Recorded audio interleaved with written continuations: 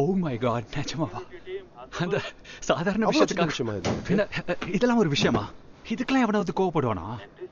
எத்தனையோ வருஷத்துக்கு முன்னாடி நடந்த அந்த ஒரு மீட்டிங்ல நான் சரியா நடந்துக்கல தான், எஸ். ஆனா அதெல்லாம் ஒரு காரணம் நீ சீரியஸாவா சொல்ற?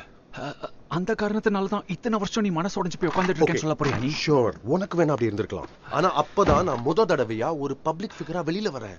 and I was really scared. நீ ஹெல்ப் பண்ணிருக்கலாம், பட் பண்ணல.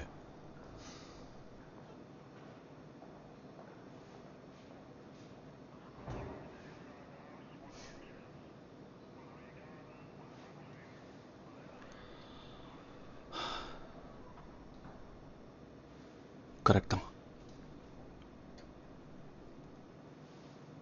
ஐம் சாரி, நான் ரூடா நடந்திருக்க கூடாது. பட்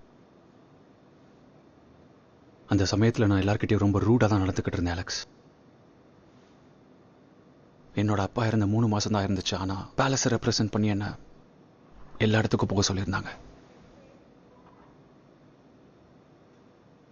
உண்மையாக சொல்லணும்னா